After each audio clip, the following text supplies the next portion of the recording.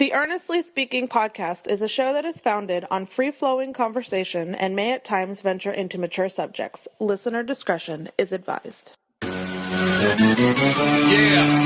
Earnestly Speaking podcast.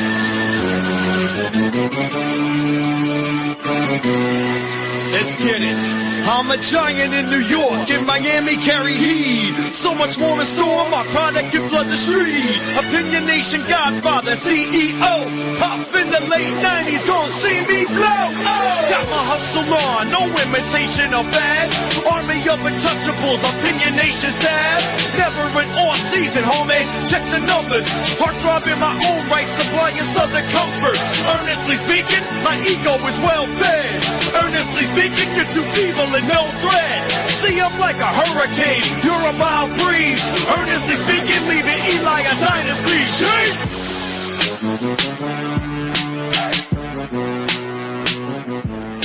Earnestly Speaking podcast. It is my favorite podcast of the year, the annual NBA season preview, the 2024-25 edition. And of course, every year we do this. We do it, of course, the man first on the middle, the Degenerate himself, Zach. We're now wearing a Michigan State t-shirt now. Last time the podcast, he wore a Detroit Lions t-shirt. What's going on with you, bro?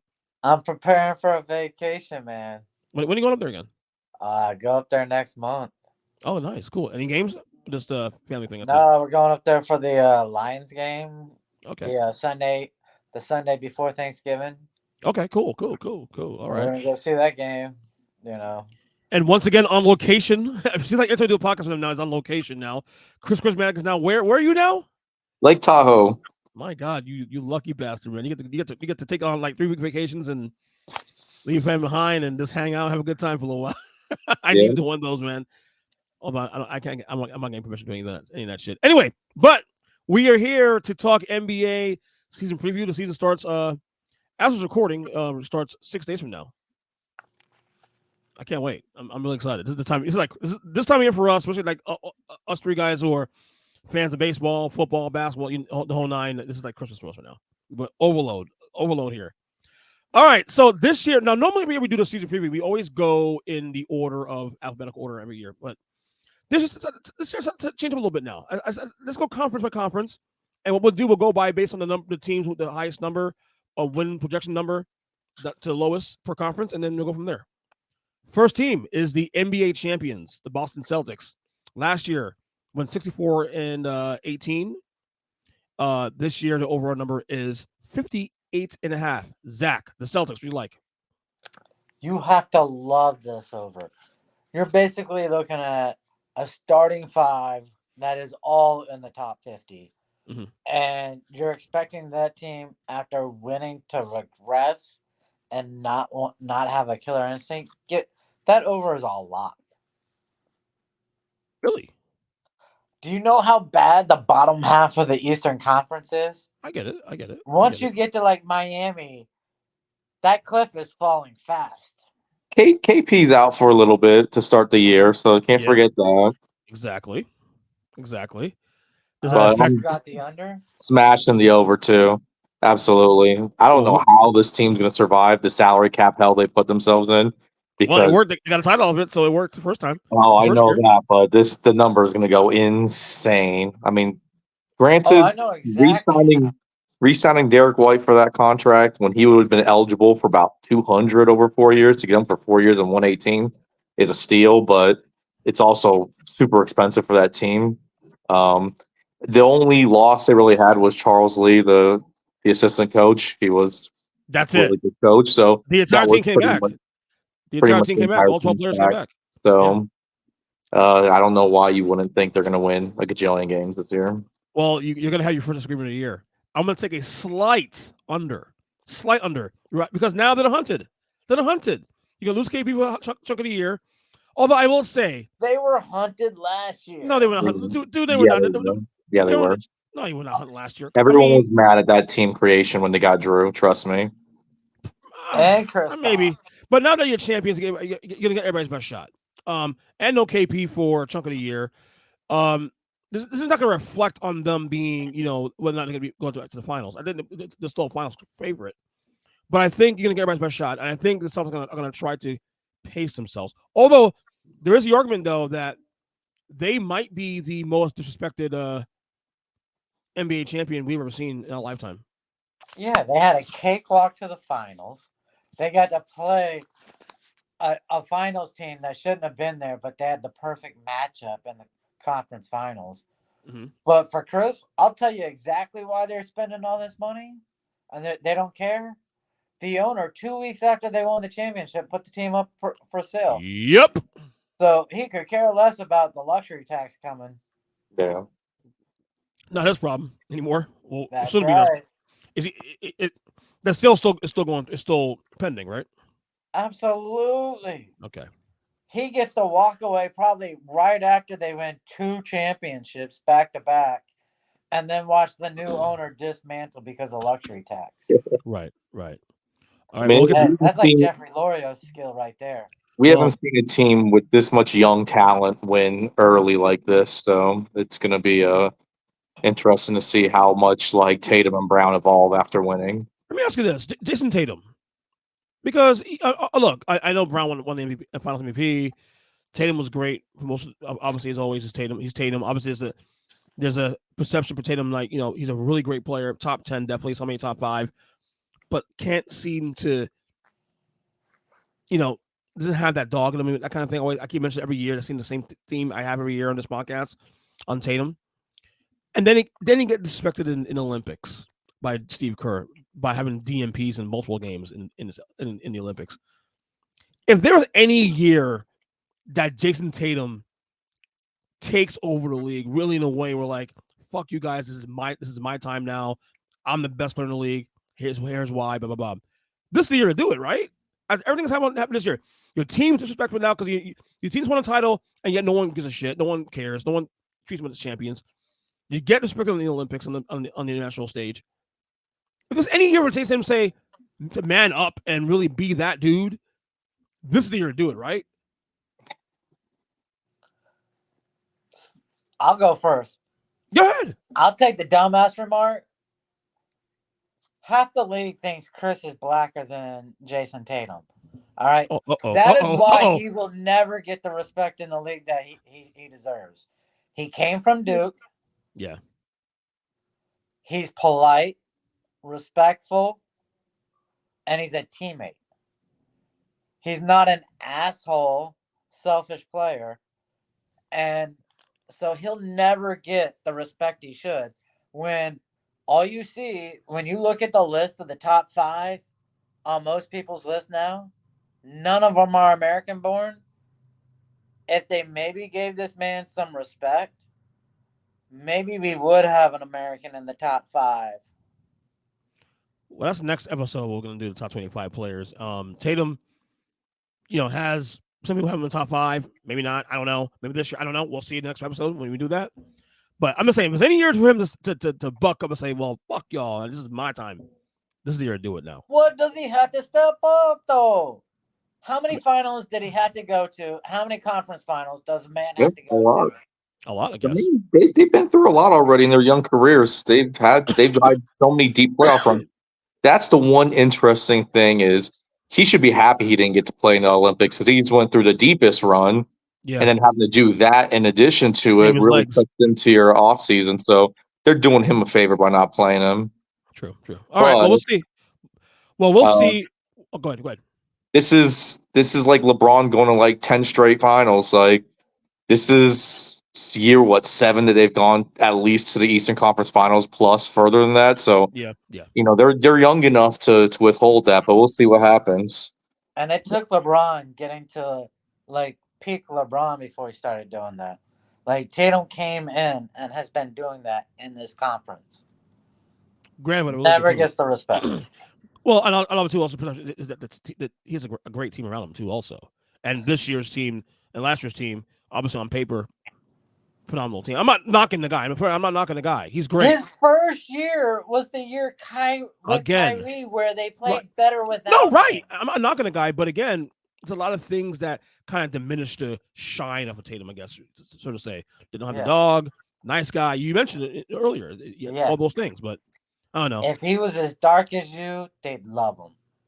Well, we'll see how the Celtics long term. We'll see it toward the end of this episode we do our predictions if they make it further than this 6+ win team. By the under, you guys are the over. Okay. Next team here, the New York Knicks. Last year, 50-32. This year, over on a number 54.5. Very active offseason for the Knicks, huh, Zach? Look, I love their off season. It was one of the most exciting off seasons I can remember in the NBA in a decade. Mm-hmm. The way in which they came together, that little Villanova thing that was about to happen, it almost was LeBron, Bosh, Wade-esque. Like, it wasn't intended, though. So it was a natural feeling to it. Yeah. I wish we could have seen it with the DiVincenzo, but I'm really excited for the Knicks. What are you taking on this one? Oh, I'm taking the over, man. Kris? This is interesting team. So they went all in, like all in. Yes. I mean, they gave away the farm for Mikal Bridges. I mean, they're not going to have picks for forever. The Cat trade I love because both teams win in that deal. Both coaches have had the players that they're getting. So both players will acclimate and already know their roles because obviously Tibbs was in Minnesota with Cat. Finch had Julius Randle in New Orleans. So I love the trade that both coaches actually wanted the players. It just wasn't like salary dump, this, that. Like both teams will probably win this trade, which I love. You lost Hartenstein, but you got Cat instead. So you got Mitchell Robinson, Precious Achua came through. I want to see what they're going to do with the starting lineup. Brunson, Hart, Bridges, OG, Cat. Is that the 5 you're going to go with? Or do you maybe put Hart on the bench and have Miles McBride come in? We'll see how they do that, but you got to go over. I mean, even if they sustain an injury, they're probably going to be okay. You know, I love Bridges this year with a reduced role. He tried to do way too much in Brooklyn last year as the main guy. So for him to get that low taken off, he'll take his game to another level. Now over as well too. Also, I will say though, and you know that Cat trade obviously was a big highlight of the offseason for them. Obviously, does hurting Dante DiVincenzo hurt a little bit? I mean, he was great. He was great. I mean, in that trade, we don't talk about losing Randall. We talk about Dante is the piece that's like, oh, like I guess it's even, but use Dante. It's like, oh, that's could be an issue because I mean he was phenomenal last year. Out the gate, it might make a bit of a difference, but you have to assume by the trade deadline they're going to pick up another shooter. He may not be as good of an off the dribble shooter, catch and release, but hey, yeah, you're going to find someone close to that in the trade market, and so you'll be okay. Right. I mean, they're pretty solidly 9 deep. I don't think they need to really make any more moves. Yeah. Well, unless Tom Thibodeau burns the shit out of these guys. Again, I just want to see if Cat can play the defense to match the rest of the team. Because those 3 guard forwards are dogs. So I want to see if Cat has in them. Obviously, if Tibbs okayed the trade, he must think there's a potential for him to step up as the anchor, but he hasn't shown in his career yet, so we'll have to see. Yeah. Well, that's the thing. I don't think he's meant to be an anchor anymore with those 3. Like, it won't be as much. I think they're expecting it to be more of a free flow of defense there. Yeah. But I think also losing Hartenstein too also could be an issue. But again, if Robinson stays healthy, maybe that we'll see. I mean, it's also why you trade for Cat in the first place, also to have that extra body. But we'll see. All right. Next one, the Philadelphia 76ers last year, 47-35. Their over-under number is 51.5. Zach. As soon as I heard that there are no back-to-backs where they're playing those 2 guys, no. I'm sorry. 51.5. I can't believe this thing hasn't been adjusted down to 48.5. It's 15 back-to-back. So potentially, at the very minimum, Embiid's missing 15 games off a rip. How's that make you? How's that whole thing make you feel? He said that. Do not ever tell me this is a tougher league or you're a man or any of this when you can't play 50 to 60 games anymore.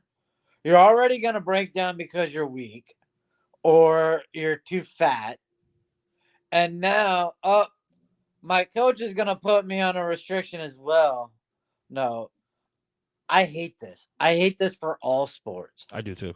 And this is like a total black eye in the NBA where they get paid so goddamn much money. Mm-hmm. And you're lucky if when you're a visitor or you're a fan of a major team coming to visit, if you even get a chance to see a star.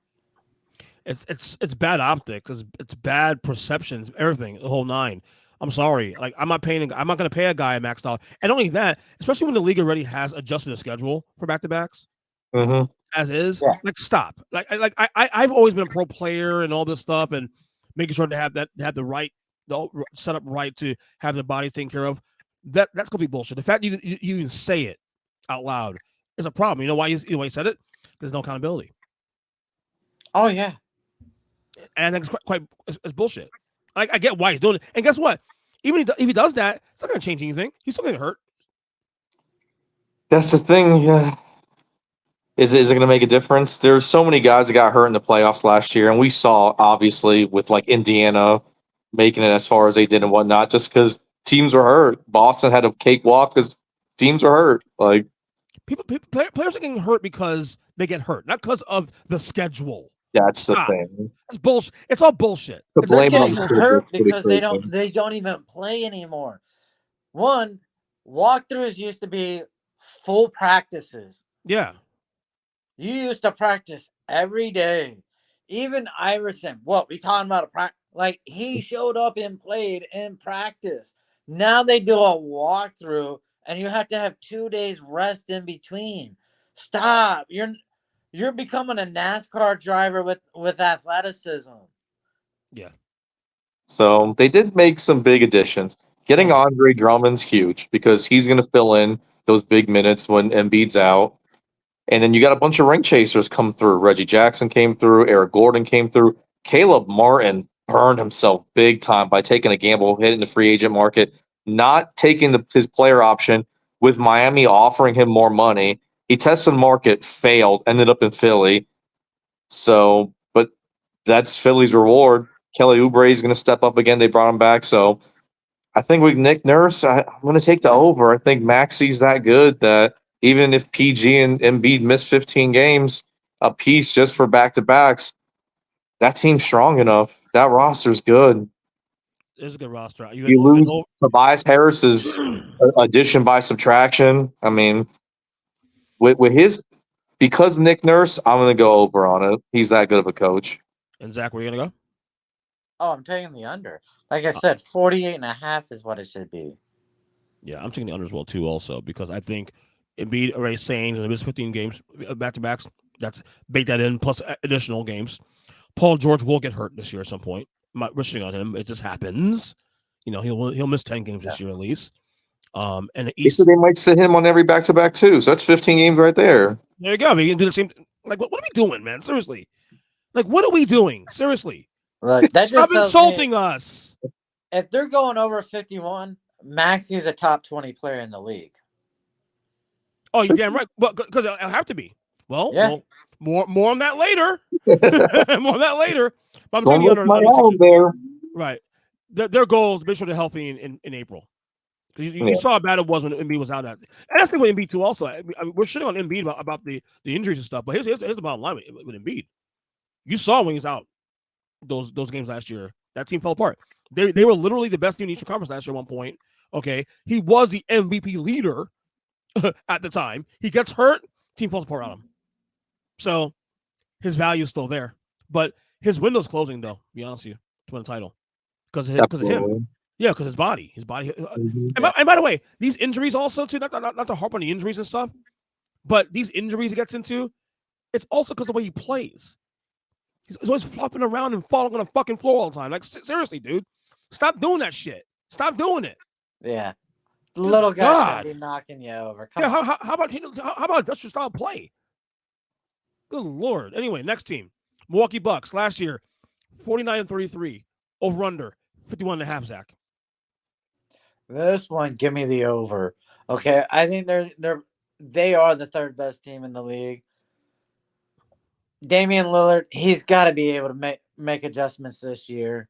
They're talking about doing more pick and rolls. And is Doc Rivers really a 500 coach with these two stars? Can't be, right? He's not a terrible coach. He just has a ceiling. I know, but last year he was barely 500 once they took over. So Well, I'm hoping everything will change. But yeah, give me the over still. What was the record last year when they fired Griffin? At 30 and like 10? Yeah, I think they were 33 and 12 or something. Yeah. Like he was crushing it, and nope. He is a terrible coach. It was infighting, of course. That's why. I'm not saying it's right what they did, but like figure it out. How about that? Good God. Go ahead, Chris. What you got? You got year 2, Dame, Giannis. Year 1 did not look good. Dame's efficiency down the fucking toilet. Like he looked terrible. That combination did not look good. His defense, especially when you saw the difference between Drew and Dame on the defensive side, was atrocious. You got the Doc I didn't know he Rivers. played defense. Doc Rivers. Aren't you a Dame guy? Wait, aren't you a Dame guy like me, Chris? I was. Oh, you was. You're off the wagon. Oh, we're new man this year, aren't you? Yeah, Doc Rivers, Darvingham coach combo. I'm selling. I'm low on that. I mean, the only addition he really made was getting Gary Trent, on the low, which was great for them. Great deal because they lost Malik Beasley.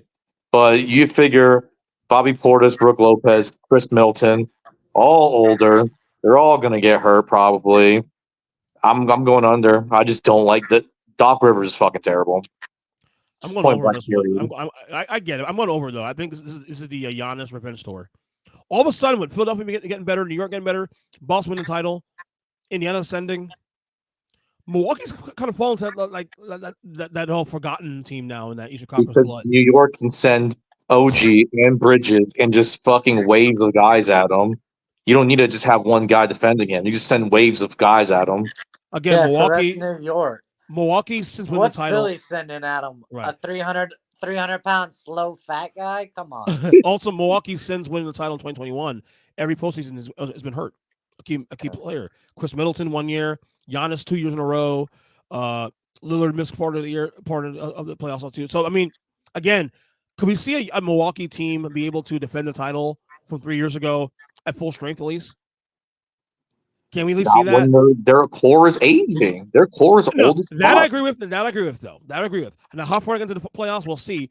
But in terms of like them getting back to being close to the top of the Eastern Conference, give me the over in that one because I believe in Giannis still. I love Giannis too, but yeah.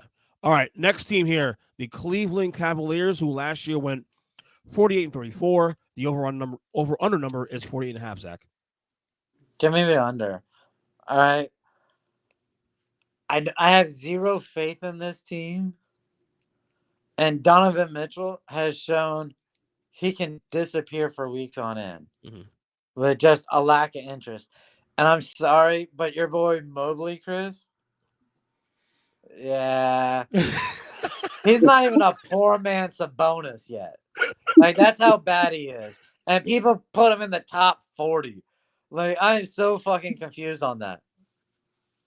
He's put up tons of muscle this offseason. He has, okay. Yeah, 2 pounds. 2 pounds. Be nice. We'll see you next week. We'll see. I haven't watched any preseason basketball yet, man. It's too early for this shit. Kenny Atkinson, what can he do as a coach? I mean, he worked with a young Brooklyn team. A lot of his guys are back. Jared Allen, Karis LeVert's still there. It's a deep team, man. Max Strus. I mean, their team's exactly the same. That same roster that disappointed last year. So what's the difference this year? I mean, Atkinson called out Mobley and said, you got to rebound better, be stronger. Isaac Okoro, he's in a contract stalemate right now. Who knows what's going to happen with them?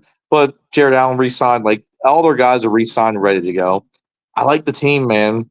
It's continuity that you don't see in the NBA these days. So give me the over on them. I just feel like if Donovan Mitchell plays a touch more defense because he has to be as big offensively for them, who knows what could happen? But I like them to at least cover the over. Yeah, Zach and I are on the same wavelength so far. I have the under as well too. Like I don't trust them long term. Like, are they a playoff team? Yes. Can they win a top 4 seed in the Eastern Conference? Yes. But after that, it's a crapshoot in the first round. 49 wins. You have to be at least 49 wins to be top 4 team in the East. Yeah, but I'm not going to trust them to get the 48, 49 plus. If I'm a betting man, I'm betting them do under. My number one thought with that team is I don't expect Jared Allen to be on that team. I expect them to trade by the deadline, either him or Mobley. So I just don't see them keeping that pair together. And once you break up that continuity, I think you're sending the wrong message. Yeah, I that's best to be on the under. And I think at this point now, you have teams like Indiana ascending. We'll get to them in a second. Orlando ascending. Cleveland had their chance to really make a splash in Eastern Conference the last 2 years, and they didn't do that. So therefore, I'm taking the under on the Cavs. It's not a lack of trust more than anything else. All right, next team here, the Orlando Magic. Zach, that's your team. Last year, 47-35. The over number this year is 47.5, Zach. Look, they will compete for a top 4 seed. Mm-hmm. All right, year 3 of Pablo, the Wagner brothers. Look, I get it. Franz had a subpar ascension. We kind of assumed he was going to take his next step this past season. But for a guy who's still averaging 20-plus points a game, I will take that on a playoff team. So, yeah, no, I think we brought in KCP to finally hit a clutch shot and probably play point guard more than he should, but it'll still be a good thing. So give me the over. Ooh. And he says with confidence too, Kris. You see that? First time ever. Top 4 seed, baby. Oh, whoa. Okay. Interesting. Go ahead, Kris. They're a super young team. Jamal Mosley looks great as coach. I think he's got the rotations down pretty good. Franz Wagner did his 3-point shot really let him down last year, so we'll see if he can at least get that back. They're just a really young team still. Like, who's going to take the next step? Like, is Anthony Black going to take the next step? Jonathan Isaac, is he going to take the next step? Is Suggs be more than just a defensive player? He's a stud. Like, he's defensive player of the year worthy, Marcus Smart level defensive player right now. And a real big key to why they played so good last year. I think Banchero's probably maxed out at this point as like 25 and 10, maybe 5 assists. I think he was trying to do too much on the playmaking side last year. So hopefully he'll calm that down a little bit. But the team's great. I don't know if I see any one of those other guys really stepping up. I love that Cole Anthony accepted his role as like bench gunner, took a nice contract. Oh, man. It's tough. I'm going to go under slightly with them. I think they're going to be like a 6 seed again, but they'll be in the playoffs without being in the play for sure. Yeah, I'm the same too. I'm going to take a slight under, not because I don't think they're good enough. I just think the environment alone is going to make it tough. Like, if Philly has a lot of injuries this year, if Milwaukee has a lot of injuries this year, then maybe I can see Orlando taking a step up because you need someone to fill that spot. But I'm expecting Milwaukee to be much better this year. I'm expecting the Sixers to be right in the mix, but obviously on the under. It's a big glut right there in that 6. That top 6 in the Eastern Conference is actually really competitive this year. Yeah. So I mean, Indiana was in the second. If Gary Harris really shoots lights out and KCP shoots lights out and adds the shooting that they really need, then they're easily they could be way up there. But I just feel like they're just still another year away. Y'all are disrespecting Pablo. All right, dude went from 20 as a rookie. I didn't say that. He said hit a ceiling. And now you think he's already plateaued? He's gonna go for 30 this year. Paulo's good, man. I want him in Miami. So when he averages 30, what do you think that's gonna do for the team? Yeah, if he could take that next step into superstardom, then yeah. I just don't see that like Blake Griffin type ascension for him.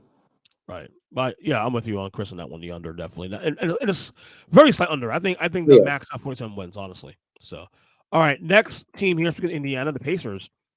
With the conference finals last year. Last year, last year the record was 47-25. Over number is actually 46.5. Zach, This is an easy over. easy. Yeah, if Halliburton wouldn't have gotten injured after the All-Star break, dude, this team would have been a 50-win team easy. And they would have put up a better fight against Boston. All right, so I love the over for them. And I honestly think they might compete for a 6-man award with what is it, Mathurin or something? Mathurin. Yeah. He's a good player. Thank you. They're Not fun. sure how to They're pronounce fun it. team to watch too. Also, one of my favorite league pass. I mean, they were like record-breaking offensive numbers while Halliburton was like full health. They were putting up offensive metrics that are out of this fucking world. They bring back the same fucking roster. They re-signed everybody long term. Obi Toppin, all these guys. Siakam got his deal. Spicy P, all these guys. Well, once they traded all those draft picks for Spicy P, you have to say. Right, of course, yeah. I like year 2 of this combo between Halliburton and Spicy P. Key free agent signing looks pretty good so far. James Wiseman, maybe number 2 overall pick. If he can bust out and like really hit his lotto status, this team could you could move Miles Turner and then just use him and who knows, you could really acquire they're still like one big time name away. But they have the pieces. They have affordable, attractive contracts. Like even overpaying Obi Toppin, he's still only getting $15 million a year. That's chump change these days. So I'm gonna go over. I'm gonna go slight under. Just like I think they're gonna be right there with Orlando, like just like 45, 46 wins right there. Just can't crack that upper echelon. Just because some of these deeper teams in the East now, they're not gonna be able to compete with them. See, I agree with Zach on the over.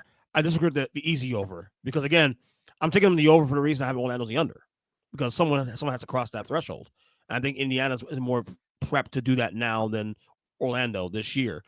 Let's not forget this team was in East Finals last year. I think breaks aside, of course, be but some really shitty teams at the bottom. True, really shitty teams. No, I agree. The Washingtons and the Brooklyns and they were also like the worst defensive team ever created. So there's that. Yeah, but I'll take the over this one. I don't be easy over. I think over underlines this year probably gonna be in like the 240s. Yeah. So I'll take over in this one though. I think the question is going to be can they cross 50 wins? That's a good question. That's how you know they arrived. Oh, that'd be a nice bet. Alternative win bet. May do a hedge. One of those we should bet that now. Lightning in a bottle types. Like bet hedge it out to 50 wins. Zach, so we get a nice little value on that, right? Yeah, I know the Hard Rock Conference.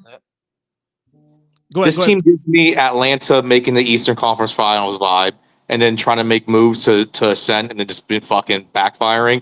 I don't like the fact that they went all in with the same roster again, thinking they're going to go up when everyone else made big moves. So now they're locked into this entire core for like 4 years, and this gives me like Joe Johnson Atlanta vibes, where there's going to be like a top 4 seed, maybe. Even if they can get there, this is the age of the super team now, so I don't even think they'll get there anymore. There's going to be like a 5-6 seed every year and just get bounced in the first, second round. The only difference, though, there's no LeBron here to stop you. So I got all confused. Jason Tatum's there, buddy. Like, okay, they could be a top 4 seed, but you're getting glimpses of Atlanta from a few years ago being a fraud. No, I see what he's saying, though. But it's just a lightning. You know what the difference with Atlanta was? One guy is 6 foot tall, and the other is 6'8". That's the difference. One is an absolute albatross on defense. The other played through an injury.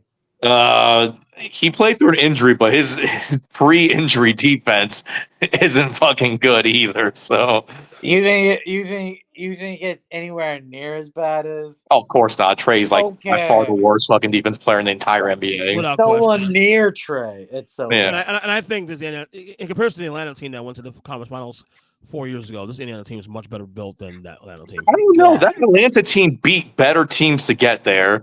They beat a healthy Embiid and shit. Like they earned their spot. They also beat mentally fucked Ben Simmons too, also to get there. So let's also bake that into also, Chris. To be fair, okay, for context's sake. Anyway, Okay. next team here, the Miami Heat. Last year, 46-36. Over number this year, 44.5. Zach, Dude, sell. Fucking under. All right, Jimmy doesn't even want to play 50 games, and he thinks he deserves $60 million a year. so No. that's so bothersome, though. That kind of look at the attitude. That you know what? And Bam, as great as he is as a player, and he is great, he is not the kind of great player that can carry a team. He's Tatum-ish too, also in the attitude as well. He's a great, really good player, but he doesn't have that. I guess he has a dog to some degree, but No, not he the is same. the dog. No, he is the of dog, all dogs. but he's one of those. He's like the nice guy dog, like I'll turn on and have to, that kind of thing. You know what I mean? But he always seems to. I don't know. I never seen Bam be a dog. All right, I'm sorry. He's just a guy now that doesn't even want to play regular season games. Just get me to the playoffs and then I'll fucking ball out. But that's just not how Jimmy or Bam? Jimmy. Right. Yeah, Jimmy just has no interest in the regular season now. Like, I'll show up when I need to. Well, they need you every game in the regular season because team sucks. I'm selling. They're contending for a play-in. Like, and that's the thing. Jimmy could care less as long as he's 10.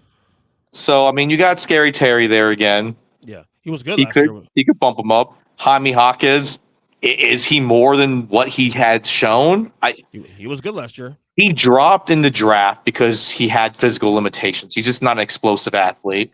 So is he maxed out at this point? There are plenty of dudes that have just balled out the rookie season. You see what you get. Like, they're just maxed out.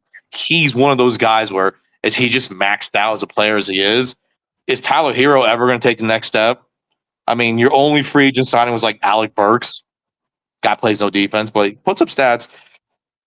Caleb Martin probably led the team in minutes by far. No one's even close to that. He's gone. And is Nikola Jovic ever going to like step up? Is he ever going to get the playing time? That's the real question. Yeah, he got last year. A lot of injuries, but he showed some signs last year. I don't see this team contending anymore. Like, this is a team that their windows closed shut, slammed. And unless Jimmy Butler has like some fucking career renaissance where he plays like 75 games, that's the only way they hit this over. Only way. I'm actually curious about the rookie Ware. With the center. I like him. Yeah, he has a nice little skill set. We'll see how much playing time he gets this year. I didn't like anyone in the draft other than Eddie. You took the under, Chris, right? Yeah, big time. I'm going home here. I'm like a slight over, because last year the number was the same. Also, I think the number last year was actually lower than this, and it still got over. With the same issues that we're gonna have this year. So maybe Bam takes another step this year. Maybe I think Hero's maxed. What, $56 million a year for Bam for the next 3 years? Fucking hell, man. I mean, Hero's maxed out. Hero's maxed out. I mean, you can't hate that. 20 points a game. If he wasn't a point guard, getting 5 assists from your shooting guard would be really nice. I think Hero's really good in his role. Whenever Jimmy's out and he has to take on a bigger role, that's when his efficiency goes down the toilet. But when they're full strength, Hero's amazing. Yeah. But when he's asked to do more and take more shots, that's where you see like the star power. When guys get bigger volume, their efficiency goes up. His just always goes down. More turnovers, misses more shots. Yeah, he overthinks. If you had a full force team, if your best player wasn't Jimmy Butler, I'd love the team construction. I just don't see it with Jimmy as your best player right now. He's a great Robin. And maybe it require now at this point to Jimmy take a step back. That's simple. No, they need to trade Jimmy for a new star. The problem is Bam ain't Batman, but he's getting paid like Batman, and that's gonna wreck your team. I mean, granted, it's only a 3-year contract, so he'll still be well into his prime at the end of it. But dude, 163 over 3 years is crazy for Bam. Yeah, it is. It is. I think Scary Terry is why they get over. Because he's do it. he, He can score some just points. yeah, and that was needed. That's something that Kyle Lowry can provide on a week night basis. He's your perennial like chip on the shoulder dude that just always puts up points, man. And this year too, contract year. So hey, it's contract year. He wants new money. So come on. All right, next team here, the Atlanta Hawks. Last year went 36-46. This year over under 36.5. So now you go from the Heat to the Hawks now. Massive dip in the number here from 8-win dip here. Zach, the Hawks. So yeah, go ahead, Zach. Go ahead. Well, I mean, this is what what I was just talking about, how second half of the Eastern Conference is just going to be a massive drop off. And to have an 8-game spread between what would still be a playoff team or a playoff contending team, that is pretty scary for a conference.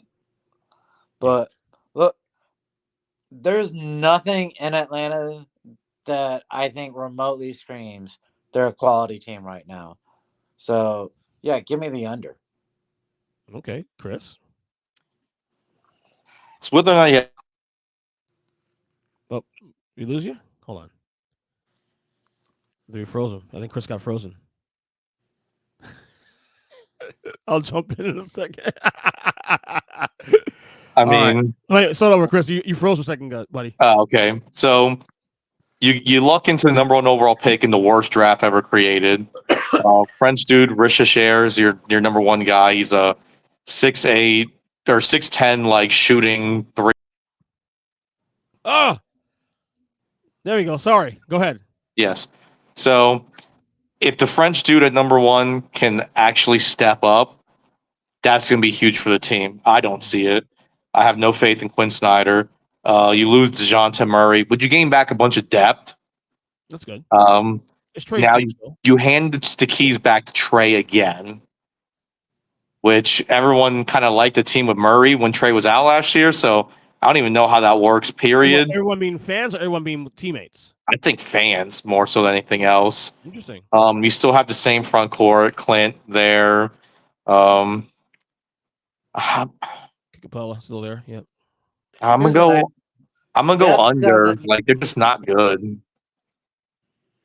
Why would depth mean anything when your team sucks? You still need it. I'm gonna take a slight over. 37 wins. There'll be a play-in team because again, someone has to get in there. You know, same spots last year. Yeah. I think they'll probably steal some wins. I think Trae Young. Look, Trae Young, for all the shit we give him, though, he's still a very productive player. Offensively dominant. Yeah, one of the best players in the league. I mean, not only on points, but assists too. Also on top of that, so he's very, very productive. He's Allen Iverson. He scores at the same rate Allen Iverson does. I can see that. Everybody in the league would average his point total if they were allowed to shoot as much as he shoots. But yeah, I'll go a slight over on that one. That'd be a 37, maybe 38 win team this year, play-in team, because they have no choice but to give it to them. All right, another drop now in the win-loss total here. Toronto Raptors last year won 25-57.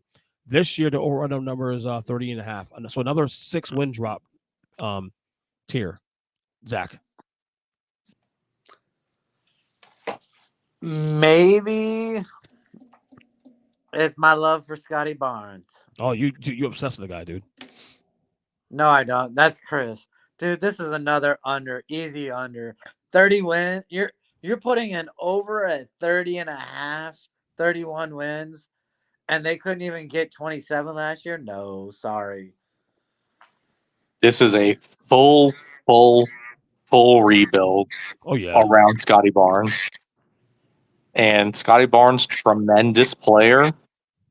There's no way they're hitting this over. Like, especially with, I'm not a big. Their coach is all right. We haven't seen enough from him yet. It's year 2 for him, so we'll see. But there's nothing around him. Like it's literally Scotty and Yeah, exactly. It's a full blown rebuild going on. Under easy under. All right, next team here, the Charlotte Hornets. Actually that's the same. It's the same number actually here. No, one down. So last year, 21-61. This year, over on numbers 29.5. Zach, the Hornets and LaMelo Ball. Look, if this is where we are on the over unders and the rankings for the team, yeah, I was off on that 33 win text thing, but yeah, they're atrocious. And to think because Lonzo Ball or LaMelo Ball is going to be there, no, sorry. He's going to put up his points, but he's going to do nothing for winning. Give me the under. Easy. Go ahead, Chris. You know what? You got oh God. Proven winner, head coach Charles Lee's there. If LaMelo stays healthy, Brandon Miller, number 2 overall pick last year, stud. He is a stud. Yes, I agree with that. And I think he just goes up even more. You get Josh Green from the Mavericks, good contract. Miles Bridges, you re-sign, great contract. Obviously, it all hinges on LaMelo's health, but I went under pretty much every other team in the East right now. Give me the over on them. Not by much, but they'll be a 30-win team. I don't see it. I go under. Maybe I can see a high 20s, 29 wins. Give me Ball and Miller over any other combo in the shitty rest of the bottom of the East. Yeah, That's what it comes down to. I take that combo only over any other team left in the East. I'll take that combo over them. I want to take the next combo. So you're taking a 10-game improvement from last year for the Hornets. Yeah. 10+ game improvement. Okay, wow, interesting. I'll take it under. Look, I can see the improvement. I can see high 20s. I don't see low 30s. I just don't see it. All right, next team here, the Chicago Bulls. Last year, 39-43. This year, the over-under number is 27.5. That feels low, actually, but something might have happened. I don't know. Zach, tell me, why is it so low? Because they're worried about Zach LaVine's knees, DeMar DeRozan finally showing his age, Vucevic. There's a shit ton of stuff going on in Chicago. Not to mention the fact that half of the city wants to see the team sell off. Well, DeMar's gone. Half the city wants to see you bring in someone to try and make the team competitive. It's not going to matter. Not even with any backups they got. Well, real quick, DeMar is gone now, though. He's in Sacramento. Yeah. Oh, he is? Oh, shit. Yeah. I might change the Sacramento thing. Yeah, one of the quiet trades of the offseason, actually. Yeah, they traded Caruso God for Giddey. Yeah, I remember. Yeah. I didn't think that mattered. And I think that's why that number's low. Yeah. So, what are you taking? Taking the over under? What, taking over on this one? No, I'm taking the under. Are you? Okay. It's Chris. Man, it comes down to a few things. They're going to try to move Zach LaVine. I mean, that project has ended. I think he's a good enough player that a team that needs that one last piece could bite on him. Just to hope that you get a guy who can put up 30 a night easy. Mm-hmm. I mean, for his contract? Yeah, but he's at the back end of it now. I mean, you're not really committing that much money to this point.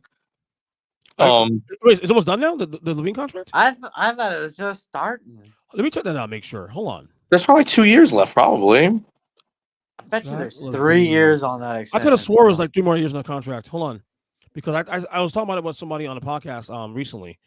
Sorry, now, hold on. I'll still take LaVine at 3 years because 3 years and $50 million. Yeah, $50 million. He's right. He has this year, then next year, and then a player option in 2027. He's taking what's that player option for? Yeah, he's taking that player option. $48 million. Yeah. He's gonna turn down 48 for 4. Now he'll be 31 years old. Can he still make that kind of money up? Make that money up on any market? No. I mean, the Bulls are banking on them getting a super young Josh Giddey. He's 21 years old. Being a playmaker. They re-signed Patrick Williams. He's kind of been here nor there. They're banking on Kobe White, obviously taking another step forward. Lonzo Ball is playing. He's playing tonight in the preseason game. They said his minutes restriction is 16 minutes a game this year, but it's something. Got Chris Duarte. I mean, they added some depth. I'm going to go under just because I think with like Vucevic and Levine being on the trade block, it's going to bring like a weird, That's true, like energy to the locker room where you just don't know who's going to be next to you every single game. So I'm going to go under. They just seem like a team that's ready to like trade off any vet that's playing good. Like anyone who's playing good, they're going to sell high on them immediately. They're this year's Toronto Raptors. And then to me, it's another thing where it's like, does Billy D even like want to be there anymore? Is he motivated at this point? Like why left would you? Why would you be for a motivated? winning situation, and he got strapped with this nice like situation at first with a bunch of experienced guys, and with an ascending team, then they all got hurt, and now it's like, well, what is he doing? I initially had the overness because I thought I forgot DeRozan got traded, and I changed it recently because I wanted to go over because maybe Levine finally stays healthy this year, but you're asking for a lot there. And then to your point, Chris, you made a great point about like if they see guys playing very well that are great trade freaks, then they won't be there much longer. Well, Levine balls out first month of the season, he's gone. Yeah. Shit, first week of the season, he's fucking gone. You're asking for a lot to go to an over here. Give me the under. They might still be a mid 20s win total team and be competitive, but you're asking for a lot there, man. And a lot of trade pieces for teams who are one piece away from going to the finals. So give me the under on this one for the Bulls. All right, next one. The Detroit Pistons last year, 14-68. Over on number 25.5, Zach. All right. I have to believe that Cade Cunningham is finally at that point where not only can he put up points, but maybe lead his team. And the win total's so low that I think they're going to get the over. I think they have enough talent with Duran. They didn't really use the rookie from last year, but you got to figure that. Yeah, you got to figure that's going to change this year. So I like the over. I'm really confused with the organization. Like, you give Monty Williams like $1 gajillion and you fire him like midway through like what was that, year 1 or 2? Like they owe him so much money. And you bring in JB Bickerstaff. Is he really like the guy? Like you're gonna fire a dude, pay him like $70 million, and then hire like JB Bickerstaff as your guy? It is so head scratching. You signed Tobias Harris. It's like an overpriced like vet deal, which makes no fucking sense because you're not contending. You get Tim Hardaway Jr. in like a salary dump. I just don't understand where the fuck this like franchise is going. And you get a great steal like Malik Beasley, and it looks like you're trying to put the pieces together to actually kind of contend for like a playing position if Cade stays healthy. But man, maybe the coaching move was a thing. Monty Williams didn't trust them, and there was a real big like chasm there. But I guess I'll go over just because they have such supreme talent, like Isaiah Stewart and Jalen Duren up front. They got two stud like big men, Jay and Ivy, Cade Cunningham in the back court. I guess I'm going to go over just to go over. I've been over every single year. They fucking burn me. So you have to expect. Yeah. I changed my pick. I went over as well too for one reason. Once I changed the Bulls to an under, someone has to cross the threshold. Yeah, well, I guess you brought in enough scoring to get you there. Like Tim Hardaway Jr. coming in for the nights where Cade Cunningham is either out, Ivy's either struggling or out. Like you having that guy, that's a huge difference. Maybe Tobias gives them like a veteran presence that they need, direction. Who knows? Yeah, why not? Yeah, give me the over on the Pistons here. All right, it's getting depressing. Let's get out of this conference, please. Two more teams. Washington Wizards last year, 15-67. This year, over number is 20.5. Zach, and make it quick. Wait, what's the over under? 20.5. Make it quick because this is the Wizards. Come on now, what are we doing here? You should have to cancel that team season if an over-under is 20. That's it. too high. Too high, right? It is too high. Like that's how bad that team is. But Yeah. honestly, you shouldn't be allowed to play. Go to the WNBA, and if you can't win the championship, you're not allowed back. Yeah. Here's a question: can either of you name the head coach for the Wizards? The last time I remember was Scotty Brooks. That's a long time ago. I thought it was Barney Bickerstaff. So it's Brian Keefe, Who? longtime assistant. He was the assistant there. He took over when Wes Unseld Jr. quit, and then they took their interim tag away from him. I don't know. Based upon Alex Sarr looking like straight dog shit in the summer league as their number 2 overall pick, this team is built with so many like vets that as soon as one plays good, they're gone. Between Marvin Bagley Jr., Sadiq Bey, Kyle Kuzma, Jonas Valanciunas, or Malcolm Brogdon, as soon as one plays good, they're fucking shipping them away. This team is like ultra tank mode 3000. Sadiq Bey is the best player out of that 5. That's what I'm saying. They're all pretty good vets. They just have never shown to be good team players. Like Kyle Kuzma on a bad team, he's fucking jacking up shots. He looks great, but he's not a winning player. Cool. Kyle Kuzma, it was a long time ago when he was on a good team. Yeah, maybe, I mean, very long time ago. Malcolm Brogdon picked up in a salary dump. I mean, I'm gonna go under, but the team has like strange talent that if somehow Brian Keefe, like I said, he's been coaching, he's been responsible for player development of a lot of good guys, including SGA. So who knows? But based upon how bad Alex Sarr looked, and he was a number 2 overall draft pick, I'm gonna go under. I remember last year, I think the number was like mid-20s or like 25, whatever. I remember saying, you know what? Jordan Poole and Kyle Kuzma will shoot their way to an over just because sometimes they'll steal a couple of games just because they're that crazy. And I got I remember feeling that way. I learned a lesson really quickly. Under. Get the hell out of here. Next team, Brooklyn Nets. Last year, 32-50. This year, over-under number is 19.5, Zach. What the hell? I don't even understand how they're the worst team. What we need to go back to Washington's over under then. All right. Give me just because it's 19, give me Brooklyn. All right. And they have a better reason to tank. But I'm sorry. I still like their talent better. Who do they have now other than Ben Simmons? Cam Thomas just jacking up 800 shots a game. Again, Cam Thomas can put up 30 points a night sometimes. They acquired a bunch of failed lottery picks like Zaire Williams and like Killian Hayes and stuff like that. If Ben Simmons comes back like prime Ben Simmons, who knows what happens? But the only reason why I'm taking the under here is because Jordy Fernandez, their coach, came from the Kings.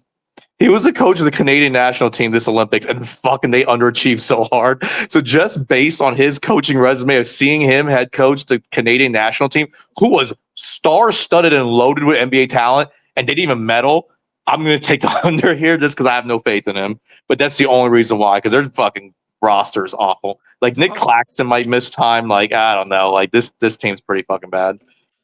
Brooklyn's number 1 priority right now is making sure Ben Simmons plays enough games to showcase him to trade. No one's touching that. No one will ever trade for his contract. There are some untouchable guys. That is one of them. He'd have to come back like averaging a triple-double for you to be able to get off of that. Is this deal up after this year or another year or two? Another year? No clue. At least 2 more years. Let me make sure of that because I'm really curious about that because he's missed what, like 3 years in a row now. But the thing about a team like Brooklyn, when you just sit there and acquire like failed lotto picks as salary dumps because they're trying to acquire their picks back from like all the terrible trades they've made, it could hit. Like Killian Hayes could come out and actually play like the top 10 pick that Detroit drafted him, or Zaire Williams can come out as a top 10 pick he was for the Grizz and like show out. So there are ways that this team could actually succeed. I don't see it. I don't see that potential.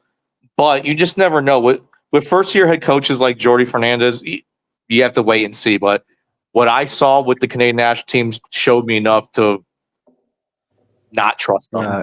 I think Zaire could easily be a 6-man on a bad team. So Ben Simmons this year is 28 years old. Okay, $40 million this year. He's a free agent after this year. Oh, are you serious? Yes. Wow. Yes. So he's either playing hard for a new contract, or he's retiring. Yeah, Ben Simmons may not be in the NBA after this year. So get your shots in while you can on Ben Simmons, because after this year, it could be all over, man. And I'm not trying to make fun of the mental health situation, man, but that dude is still stealing money. Stop it. Okay? Yeah. Stop it.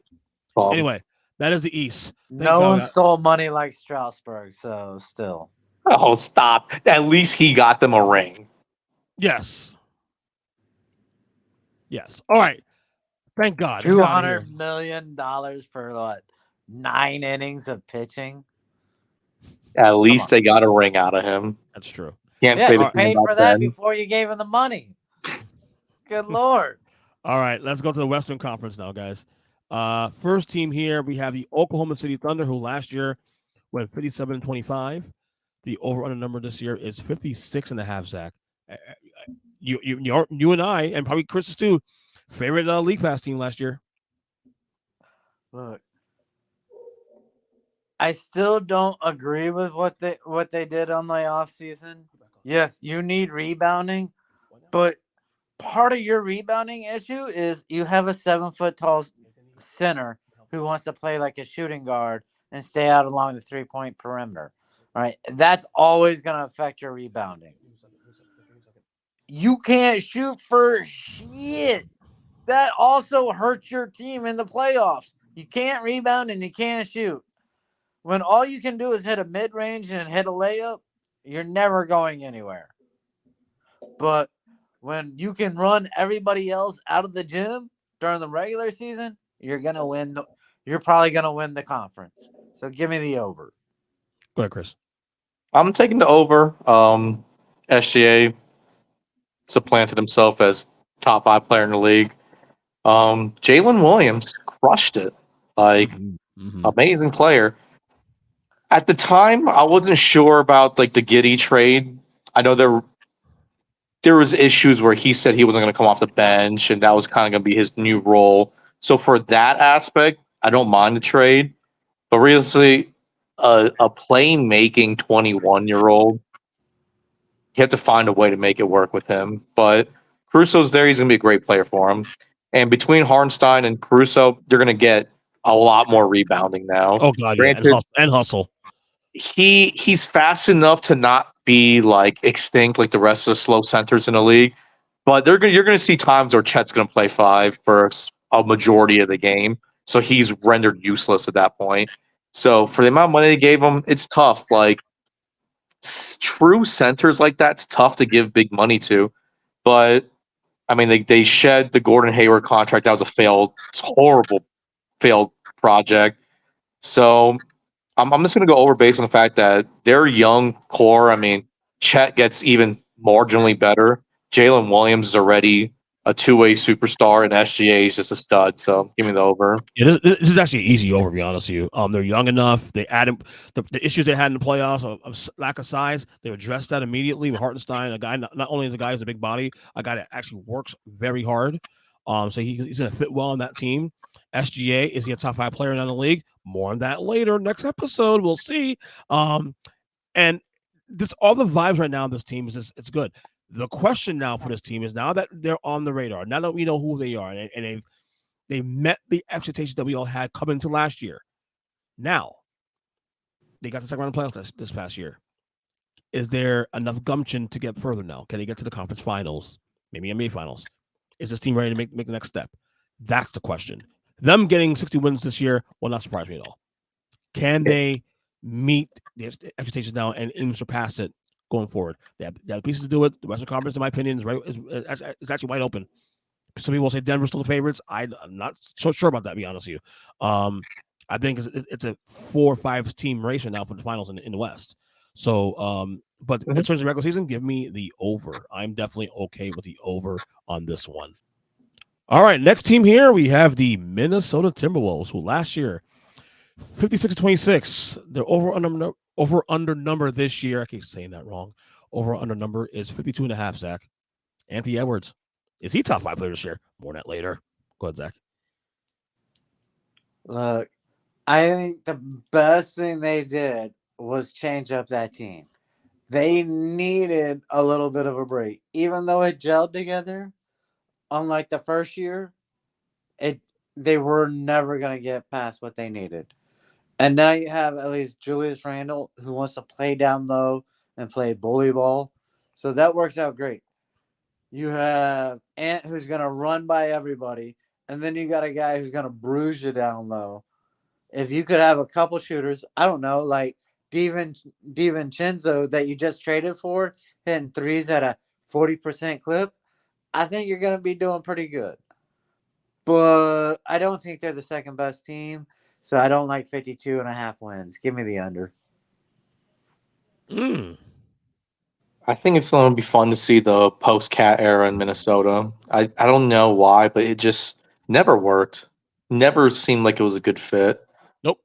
No one could ever bring out the dog in them. They brought in Jimmy Butler. That never worked. Like, I like that the coach has experienced Finch with Randall. Much better fit alongside Gobert. Because even though they kind of are both post players, Randall's 3-point shot was incredible last 2 years in New York. And I think because of how successful they were without him last year, people forgot how good he is. So I like the fit. DiVincenzo, McDaniels as 3-and-D guys. They brought in Joe Ingles as a nice like glue guy veteran alongside Mike Conley being that steady leader, doesn't turn the ball over. Anthony Edwards got a lot of press and media and this, that, and the other. I don't know if I like that, but he showed he's number one alpha dude. Big key. Minnesota did trade up big time in the draft to take Rob Dillingham, top 10. Kind of what they needed. Really good, like scoring first point guard when, Mike Conley's just not enough for them right now. I'm interested to see how that fit works. If it hits right away, that could really take them over the top. It's tough. Just because Randall's been hurt so much like the past couple of years, I'm going to go under because I think his health is crucial to their success. I'm going to go under for that reason, but I wouldn't be surprised this team really like hit the ground running and like and Gobert just played so much better without Cat looming there.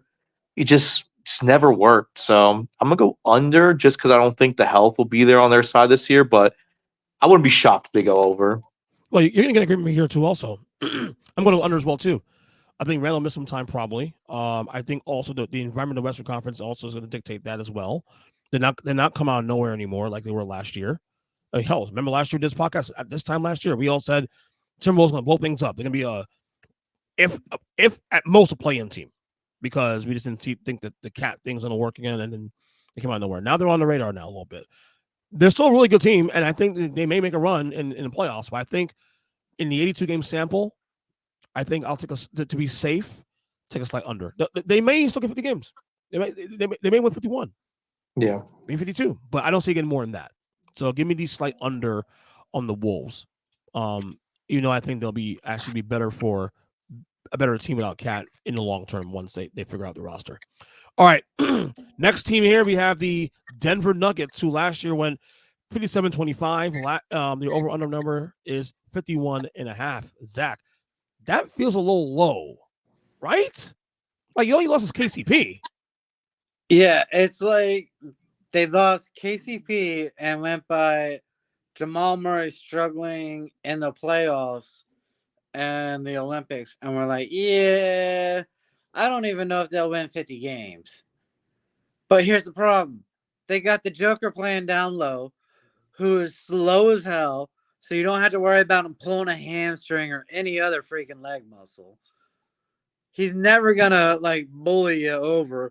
He's just going to do some finesse footwork, so he's not going to hurt his back. And if he could just have enough endurance to hit threes in the semifinals, I think he'll be all right. So I love the over in this one. Kris? Yeah, give me the over. I mean, they add Russell Westbrook. Don't discount that. I love it. I want to see how he fits. Obviously, he's definitely coming off the bench, but him They need and that energy. Christian Braun off the bench, like that could be a great combo right I mean, there. replacing KCP, that's a good replacement there. Yeah. So obviously, you're losing like The top shooting. notch defense and just more of like a role player, but I think Russ could be that spark. I mean, Aaron Gordon said he's going to do whatever it takes to win Russ a ring. So we'll see. But at the end of the day, it comes down to the big four. You got Jokic, probably best player in the league. Jamal Murray, stud. Michael Porter Jr. Let's see if he holds up and does what he needs to do. Because Let's that's hope he doesn't get busted for gambling like his brother. he's a very important piece that is the one that kind of disappears here and there. And then when guys are out of that lineup, he blows up, and you're like, wow, I forgot he was actually that good. But he just needs to be more consistent, and this team takes off. So I'll go over. Yeah, the only reason why I think numbers that low is because you got to bake in probably Jamal Murray get hurt again like he did last year. You got to bake in Porter Jr. missing games, probably disappearing in the moments. And maybe this team paces itself this year because last year they looked burnt down in that Minnesota series. They look gassed by the second round of playoffs. But I'm still gonna take the over because I think this team's look, Jokic is still the best player in the league, and they'll find a way to get to 52 wins at least. I just think they're just that good. Don't be throwing out rankings when you don't know the truth yet. What do you mean? Jokic, number one player. Slow your roll. More on that later. We'll see. All right, let's listen to these episodes back to back, like in this order. All right. Next team here, the Dallas Mavericks, who last year went 50-32. Their over-under number is 50.5, Zach. NBA Finals Western Conference champions right now. Look, when you probably have the best player in the league who can control the game at any level on the offensive side of the ball, you're gonna be okay. And I don't know what happened. Maybe Kyrie really did find Jesus, or he finally left a Diddy party. But hey, he was a really good teammate last year. It was the first time I've ever seen Kyrie be a good teammate since his first year together with LeBron. He was incredible. That's a great. Yeah, he was great. He was great. Yeah, figured out his role. I mean, he was playing defense in the playoffs. I didn't know that existed with him to begin with. Yeah, and to do it in the playoffs, that blew my mind. He took it to Ant. Yeah, he brought Ant back down to earth. Yeah, that and the fact Ant wasted all his energy the series before. But is Klay Thompson worth one more win? That's the real question it comes down to. Yes, because he's better than Tim Hardaway Jr. But you lost Derrick Jones because of the whole contract thing. You had to make room, so you lose Derrick Jones there. I mean, yeah, Tim Hardaway was non-existent pretty much the whole season. You got a center filling himself who's only going to get better.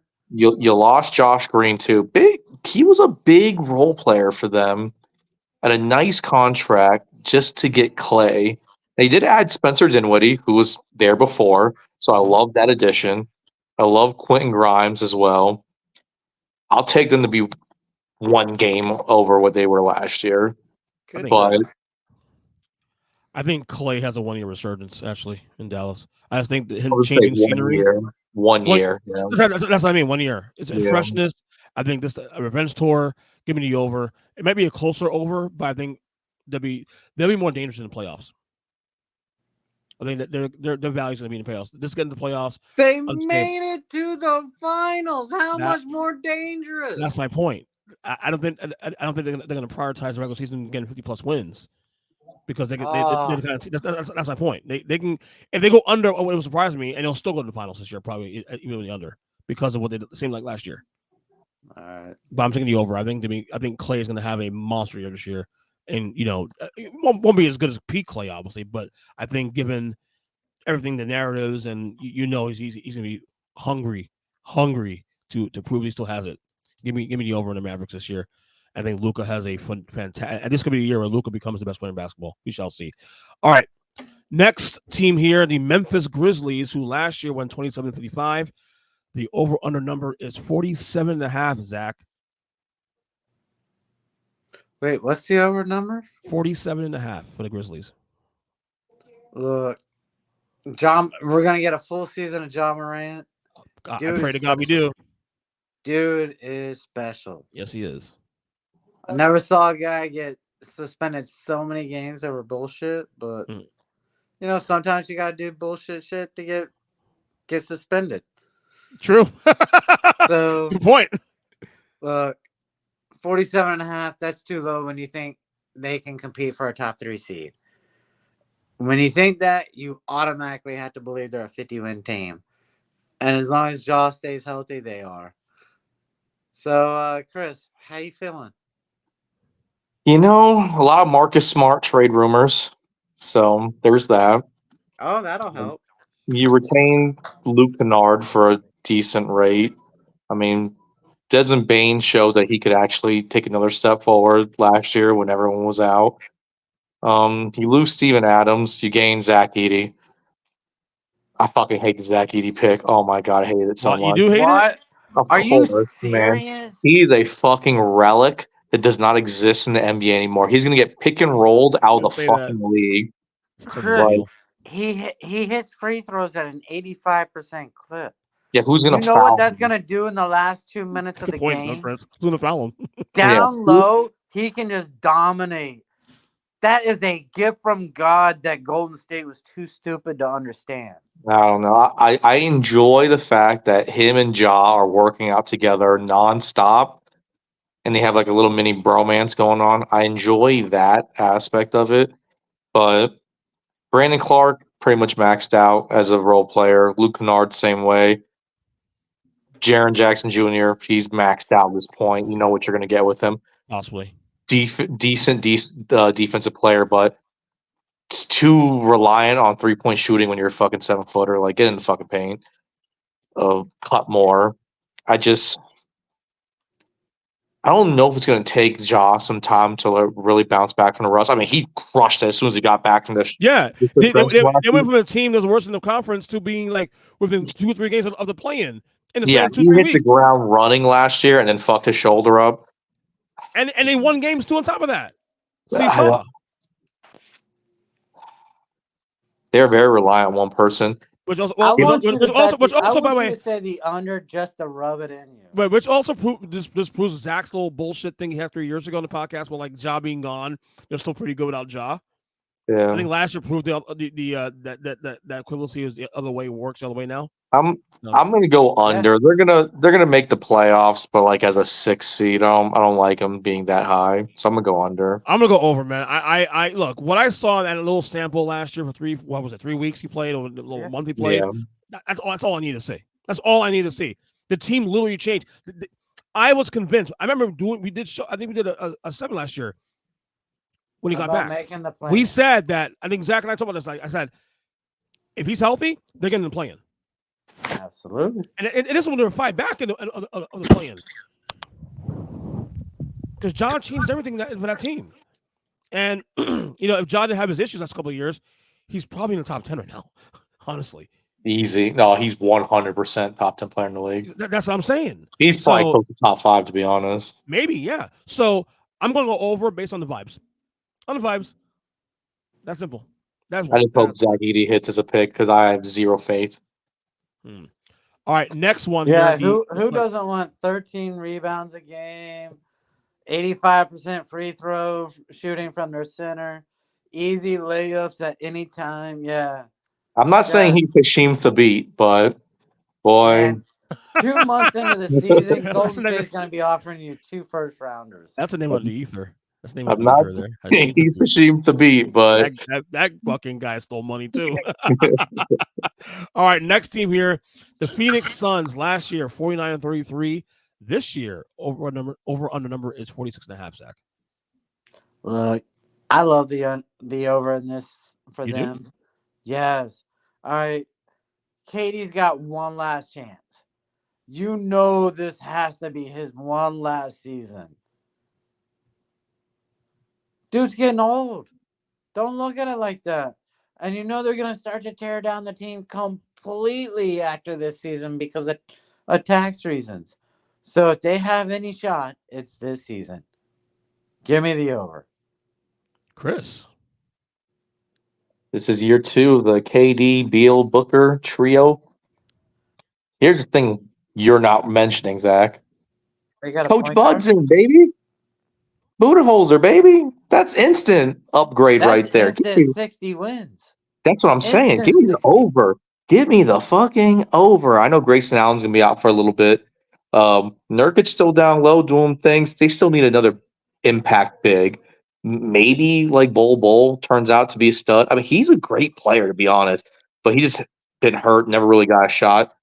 I wouldn't be shocked if he comes through and is just killing it. But they have enough 3-and-D guys around the main guys, Royce O'Neal, Josh Okogie. I have faith that those 3 guys put it together. Beal shows out this year. Booker's top 10 player. Don't at me. KD's still a fucking phenomenal player. I'm going over. You just teach your top 10 already. Look at that. Booker in top 10. Yeah, no, he ain't. Well, you just teach the tooth, Zach. Thank you very much. See you for the next episode, buddy. No one on that team is top 10. I'll tell you what, though. I went over in this one, but it's a lot tougher than you give it credit for. How do we know KD doesn't get hurt this year? No. How do we know he doesn't get hurt this year? Doesn't matter. Coach Budenholzer, baby. No, I love Coach Bud.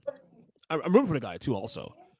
But I went over. I just don't know how much over. I don't think they'll get 50 wins, though. I think they'll be on 47, 48. I think there's a chance they trade Beal to Who's Milwaukee. Who is in that contract for? For Giannis. What? Giannis, stop. Dude, if Milwaukee Giannis wants out. He wants to go back to Coach Bud. He misses the good times. Milwaukee even entertains that shit, that owner should get shot. Coach Bud. He joking, misses obviously, Coach Bud. That is insane. Yeah, right. That is an insane take there by you, Zach. I'm going to take it over, but it's a much closer over to get credit for. So give me the over on the Suns. All right, next team here. My second favorite league pass team in the league. That's the Sacramento Kings. Last year, 46-36. Over under number 46.5, Zach. If it wasn't for the fact it's 46.5, I'd be like, man, we got too many teams winning, but it's 46.5. And hey, Kris, this team pisses you off, and I love it. Definitely taking the over. I mean, you got Sabonis, easy top 25. I don't want to hear it when I'm the only guy who's had him in there past 2 years. Oh my God, no, you haven't, and you Yes, I have. guy. No, I had Sabonis top 25 both years so far. Yeah, I think we all had him actually. Yeah, I had him 2 years ago too. I think I know I had him 2 I did years as well. ago. I went by the triple doubles. But look, they're if they can stay healthy, they can compete for 50 wins. All right. I mean, they were healthy last year. Team that's always hungry and trying to win. They never take a night off. And you have to expect what's their 6-man Keegan Murray? He's gonna take another step forward. So okay. So, I mean, Kris, they went from number 2 seed to playing out of the playoffs last year. That's a huge fall from grace. Yeah, what caused that? They made a play-in and lost in the play-in round. Yeah, they weren't hurt. Like De'Aaron Fox played a ton. Domantas Sabonis played. He led the league in triple doubles last year. And they lost to a team in New Orleans who was short on players. Yeah, so that was crazy. It's weird. Now they added DeMar DeRozan. Okay, there's a good veteran presence there for them. The key is they shed a lot of these young guys that just weren't fitting right. Davion Mitchell, Sasha. They made a slight trade so far to clear cap space and to make room on the roster with the Spurs. They must be loading up for another big move. So I'm going to go over, thinking they're going to push all the chips in. This is going to be their year. But, yeah, they burned the shit out of me last year. I'm going to go over again, but I'm banking on them making another big splash move. Yeah, I'm going over as well too. I think and DeMar DeRozan, who's still a pretty good player in this league, and veteran presence is going to help a lot. Stabilize that roster a little bit. It's a very young roster. a Kings team that, we thought that maybe they go 50 wins last year, and they didn't do that. It felt disappointing even before the playoff loss, and then that actually happened. But I think the Kings will put all together again this year. They'll go over. They'll be around 48 wins, 47 wins. I think they'll be one of those teams in the middle of the pack. So give me the over on the Kings. All right, next team here, the New Orleans Pelicans. Last year, 49-33. Over under number 45.5. You see when Zion's healthy, man. He played 63? I thought he came in just under the. Yeah, he didn't play in the playoffs though, but nope, which is disappointing. But you see when he's healthy, the impact. He's probably the most complicated player to rank in these rankings because, again, when he's healthy, this team is, you see it. I don't know, but you made a point, Kris, earlier today, and I'll let you'll probably bring it up in a second. Zach, go ahead with the Pelicans 45.5. What you got first off? They're already looking at trade Ingram. Yeah, but I don't understand why. I don't understand. When you have that kind of cloud over an organization, I don't know how that helps. You're trying to say to Zion, hey, we're going to be here for you, yet the number 2 guy on your team, we want to get rid of. We don't want to re-sign. So just out of those optics alone, I'm going to take the under. Kris? I think the move is Brandon Ingram going to Sacramento. I think that's going to be the trade. But the whole point is he's in the last year of his deal. Obviously, he's going to have to get paid. I mean, he's coming off 30-something million. He's going to be up in upper echelon of that max contract range. So they put their chips in Zion, CJ McCollum, and now they acquired DeJounte Murray on a big contract. So they don't have room to give BI that deal. So you can either sell out all year, and if it works, it works. You don't trade him, and you hope to win it all.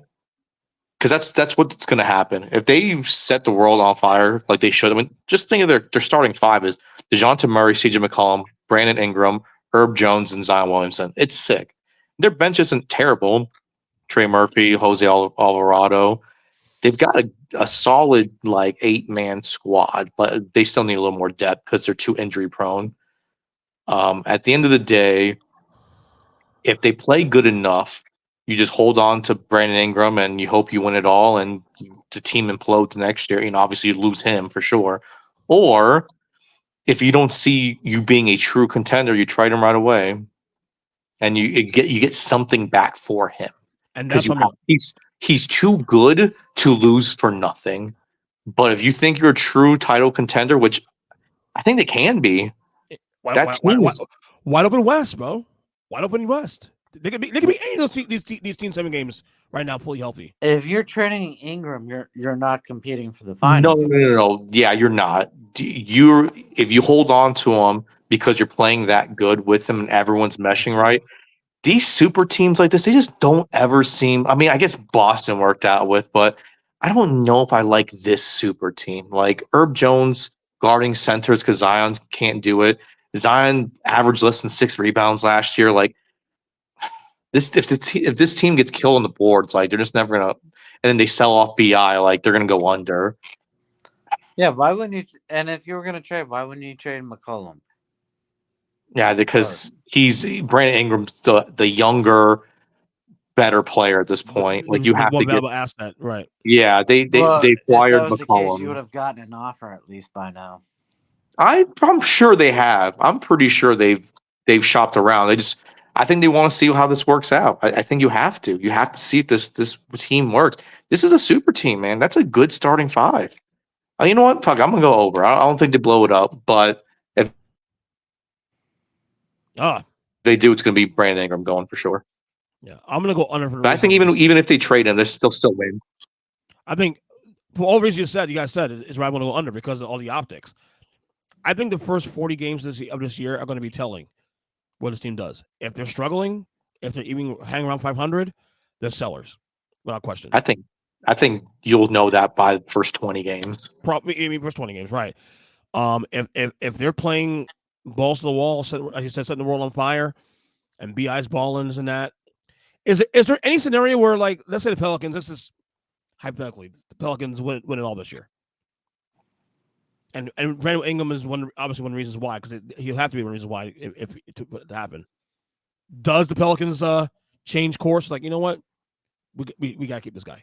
There's no way they can afford it. They're just too small of a market. That's a small market. They'll never go into like taxpayer range. Never. It no longer has to deal with the market, because you can find 20,000 people to show up at any team for any team if they're good. It's the fact the owner doesn't want to spend money. Yeah. Right. And only that, his market value will go through the roof after that too. On top of that, the thing is, they can't sit there and like price gouge fans after a championship. That's a main thing. That's what the Marlins do. Only time you can. Yeah, but they don't have the market for it. Right. Okay, next team. 2 million populated city. Yes, you can. Well, we'll see. The Saints get 70,000 people every week. You're telling me they can't get 70? They don't care about. I'm sorry, dude. They don't care about the Pelicans in that sense. Yeah, because the ownership doesn't care. Well, I believe this is a team they may contract in the future. If they were double contracting teams or moving teams, this franchise is the one they would probably do it to. Anyway, next team here, Houston Rockets. Last year, 41-41. Over under number 43.5. Zach. The Rockets. Ime Udoka. Ooh. Chris, don't start crying by this, but yeah, they're gonna take a step back. All right, that was a miracle what they got out of their guard this past season. Coach of the year. Yeah, coach of the year last year, not this year. Yeah. Under 41 wins. Chris? You're bringing back his same roster. Ime Udoka, year 2. Sengun, baller. He's probably tapped out, but baller. Yeah. Already? 2 years in, right? 3 years, maybe? 3 years in? Alperen, yeah. Yeah, he got drafted the same year as one of the most worthless first overall draft picks. So you bring in Steven Adams. I love that for them. You still got Fred VanVleet and Dylan Brooks as like 2 steady vet presences. The key is Jabari Smith Jr., Jalen Green, and Amen Thompson. Are they going to take the next step? If they do, they're easily over that. They have to. They can't just be the way they were last year. They have to take the next step. I believe it. I believe in this coaching staff. I believe in this team. They had the right mix of young talent with vets that win the NBA. I'm going to go under this one, take a slight step back because of the environment, of course. I think to be competitive, they're probably winning about 42, 41 games, right at 500, but the environment is just too good. There's too much good teams around them for them to be, So. Here's a little teaser. Don't forget they won the draft. Number 3 overall, Reed Shepard. Probably looks like the best player in the draft right now. Interesting. All right, next team here, Golden State Warriors. Last year, 46-36. This year, over a number is 43.5. Zach. Do I have to answer? Well, Chris Paul's gone, so.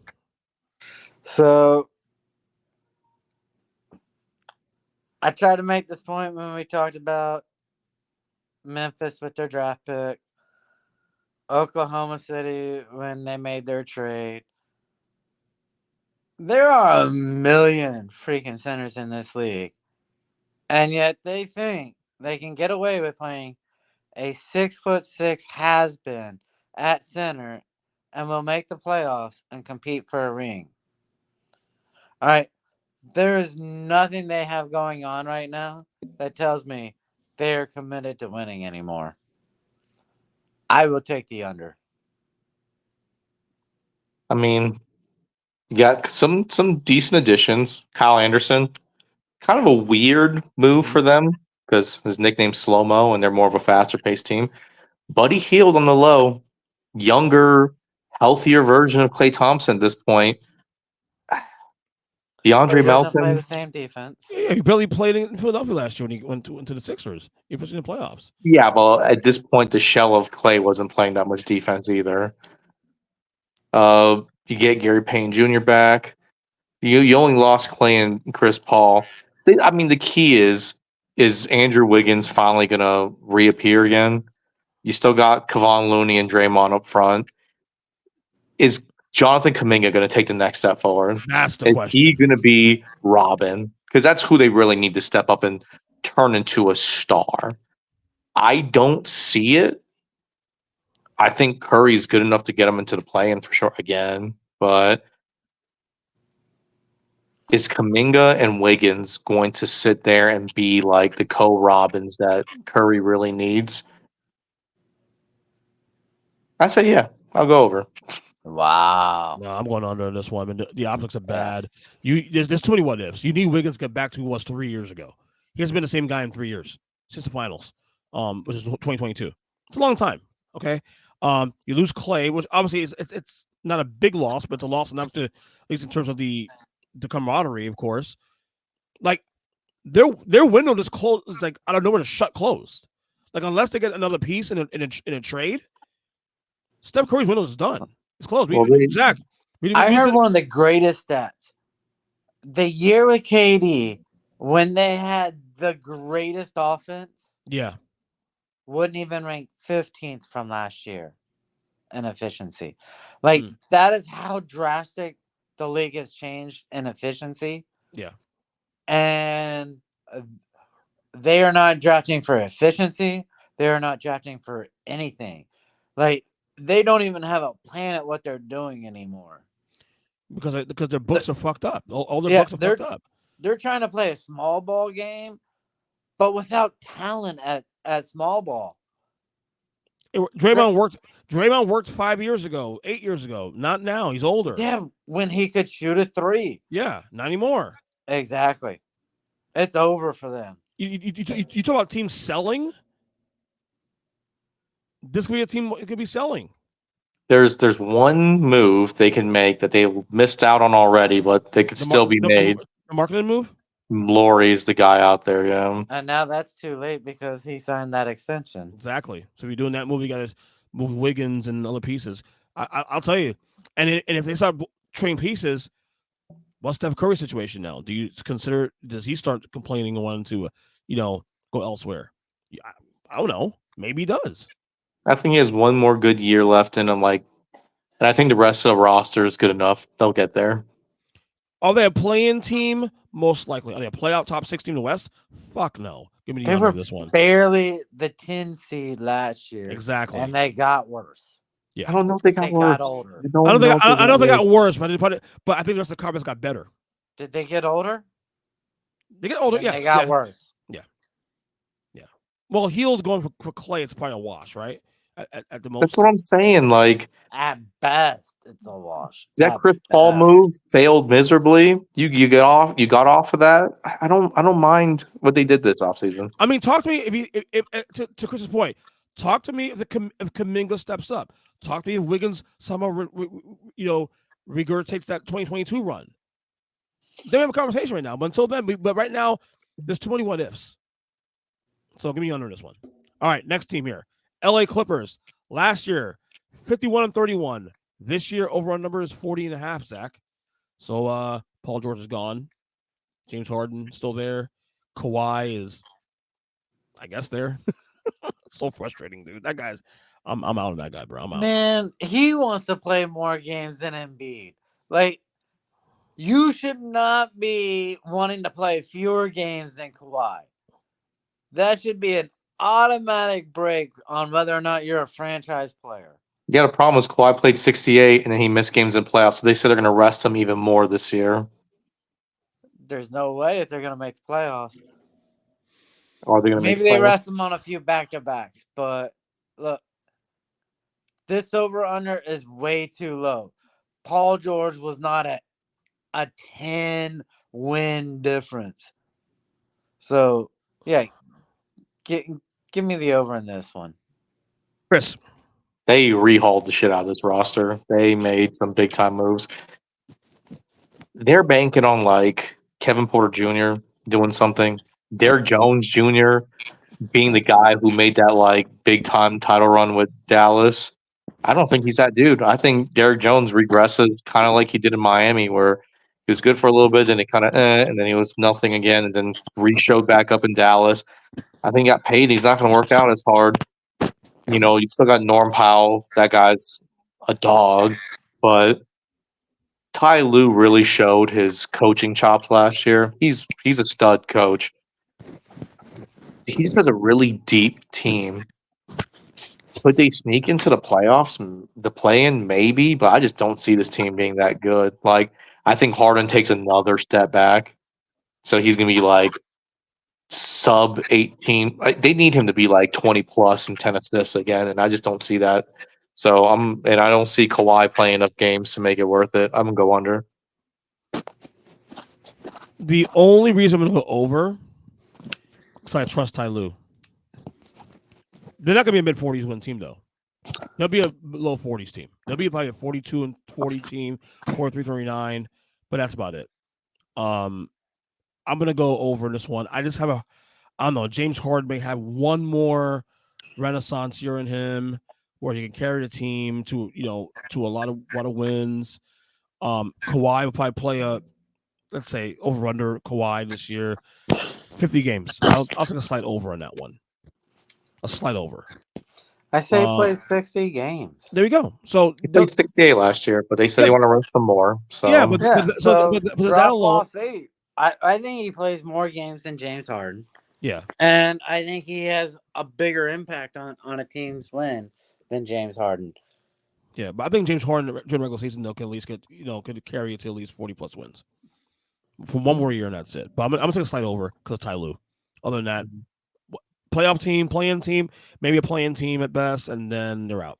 They're not a top 6 team in the Western Conference anymore, though. All right, next one. This will be fun. San Antonio Spurs last year 22-60, over under 36.5. Zach, Wemby year 2. You make it 33, and I'm game for going over. 36.5 when your real only expectation is that Wemby makes this massive jump so that you win. Could he average 30, 15, and 7 assists and 5 blocks? Easy? Yeah. But there's just nothing around unless I missed a trade Chris Paul. of some star Chris Paul. is meaningful. And Harrison Barnes. Oh, he's there too? Yeah. Yeah, shit. Harrison Barnes at this age is what? 13 points a game? If that. It's veteran presence. That's all it is.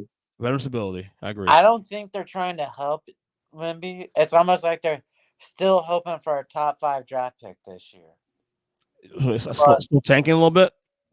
Yes, because this guy could dominate with talent around him. I mean, they extended 2 of his teammates, Devin Vassell and Keldon Johnson. So those guys have a solid core, and Jeremy Sochan is there to run alongside those guys. Like, that's not a terrible core. You mix in Chris Paul and Harrison Barnes. You got a top 4 pick in the draft, took Stephon Castle, who's the best player on that UConn team. They have a chance with Wemby. Obviously, Wemby's going to take the next step. Like, this dude's insane. He could be number 1 by next year. I'm not going to lie. Like, he could be the number 1 overall player in the league. So I'm going to go under barely because they're still in like I won't call it tank mode, but they're still acquiring draft picks. They're still taking on salary dumps and whatnot. So I don't think they're really pushing hard. I'm curious to see how long. Oh my God, I can't believe I can't think of the coach's name right now. Popovich? Yeah. Coach Pop has left in the tank. I'm curious to see that. But as long as he's there, I mean, they're going to be competitive. That's for sure. I just don't know if they're going to like really push it. It's just right now. If this over is way too high. If they get over 36.5 wins, Wemby should be MVP. Okay, seriously. No, and that's almost what they're doing because they're almost afraid he's ready at year 2 to be at that level. The team's not good enough yet, so I'm going under. No. Will they win 30 plus games this year? Yes, because of Wemby's that good, but they won't because the 2 things they won't get further in that: the environment in the Western Conference and the team's not good. So if I made it 33.5, like I said, would you have gone over or under still? I may go actually over on that one. All right. Because I think 34, 35 is a sweet spot. 36 plus wins in the Western Conference? Nah, not yet. Not I yet. like 31.5. I won't gone over, but yeah. All right, last two teams here. Let's get out of here because there's two teams here. Don't matter. Utah Jazz last year 31-51. Over under number 29.5. Zach. You definitely skipped the Lakers, by the way. Did I really? Wow. Did I really do that? Yeah. No one gives Yes, a fuck you about the Lakers. did. Wow. Hold on. Okay. I like at one point I was all like, the teams skipped. Hold on. I apologize about that. Let me make sure. Yeah. Holy I figured shit. they would have been before Golden State. Yeah, I was shocked. Wow. Or the Clippers. I mean, they're all in that same mix, but Yeah. Okay. And I mean, let's do Utah quick. Do Utah first in the meantime, and then we'll get to the Lakers in a second. So, 29.5. I'm happy Jazz. a white guy got paid by a white city. That's what no, that is a white city, the Zach. whole point. Zach, that is the white city. The whole whitest point of that contract. Zach, not just the white city, the whitest city. Oh, yeah. By far. Absolutely. I mean, are they going to get a real star? Probably not, but it's a star they can get behind and then watch him get traded next year. Because that's what's going to happen. I'll take the under, and I bet you they bench Laurie by like game 50 so that they don't have to win anymore all season long. This is remember when we talk about full rebuild around Scotty, but it's a full rebuild around Lauri Markkanen. He is their only hope, but they have way too many bigs. They drafted Kyle Filipowski. They still have John Collins. Still got Walker Kessler. Got way too many bigs there. Not enough guard play. Like, their guards are vets at this point. You know, Colin Sexton and Jordan Clarkson. I love Hardy as a coach, year 2 going into it, but I just don't see the talent on this roster. I'm going way under. Yeah, under as well too. Also, they'll be frisky and competitive in certain nights, but again, Western Conference too good. This team they'd be a 40-win team in the East. They'll be apart with that. They'll definitely be Atlanta Hawks of the Eastern Conference. Yeah, but I just think that just too much things working against them right now. So give me the under. Let's go Blazers first. Yes, Blazers first. I'm still setting up the Lakers here. Blazers over last year went 21-61. Their over under number is 22.5. Zach. How do you only get a 1.5 game improvement on your win total? I didn't know that was possible. I mean, you're a shit team. You're expected to go up a little bit, not like, yeah, we don't even know if you could be as good as last year. Look, they keep drafting guards that can't play in this league. They're going to be screwed for a very long time. But, yes, I'll still take the under. You know what? This is Chauncey Billups year 2. Hall of Famer. Hall of Famer. He's going to have a half a season. I like the Donovan Clingan pick, except they have way too many big men now because you still have DeAndre Ayton and Robert Williams. One of those guys has to get traded. Like, you can't have 3 big men. Like, it makes no sense. You have a backcourt of Scoot Henderson, Anthony Simons, and Shaedon Sharpe. Trash. If they go, the worst part is if like Scoot and Simons is your 2 guys you go with, then you're just back with like the Dame, like CJ undersized backcourt again, and just like a fucking repeat. They made a clutch trade. Denny Edjeva from Washington. Not a bad player. You still have Jeremy Grant's a stud, dude. He is. I'm going to go over, not by much, but they're going to win 25 games. Give me the over. I'm going under. I know I'm going under. Come on now. What are we doing here? Blazers. Like, there's nothing to talk about here. Another team doesn't be selling pizzas for pieces. Rob Williams won't be there probably the entire year. He'll be on a contender at some point before the deadline. Yep, I still like them. I still like them freeing up more time for a top 10 pick. I'm telling you. Here's where it is. Utah could win 40 in the East. Portland still wouldn't win 22 games in the East. No, maybe 25 games though in the Eastern Conference. They're going to win 25 in the West. Those 2 bottom teams in the Western Conference. Yeah. All right. And the team we skipped, of course, it was on purpose, guys. It was on purpose, I promise. The Los Angeles Lakers, who last year went 47-35, the over-under number is 43.5. Zach, LeBron, and Bronny. Hey. Who cares? I know. Same here. If they wouldn't have drafted him, I'd say there's a chance at the over. Because AD has been staying healthy for 2 seasons in a row now. It's almost like he's figured out his body. But now you're going to have LeBron, again, even though he's got stats, is in decline. His impact in every game is almost meaningless at this point. And all he's going to do is try and feed his son and make his son an NBA quality player. No. Give me the under. Wow. You got JJ Redick year 2 as head coach, essentially running back the same roster. You got to hope that Gabe Vincent plays more than he did last year. D'Lo really fucked them opting in. No one saw that coming, so that really just strapped them for salary cap. I have to assume if he plays good, they're going to try trade him. They're going to try trade him. D'Lo? What? No, they not only can't that, trade him if he plays good, though. what? No, they could. You know why? Expiring deal. Yeah, No. they just want to get off of that. The real key is, can, besides LeBron, who's fringe top player in the league now, More on that later. French top 20, maybe. More on that later, Zachary. More on that later. We'll talk about that later on the podcast. AD's good. AD's a stud. So is Rui Hachimura going to step up? Is AR? I like Rui, to be honest. But can AR ascend any higher than he already is?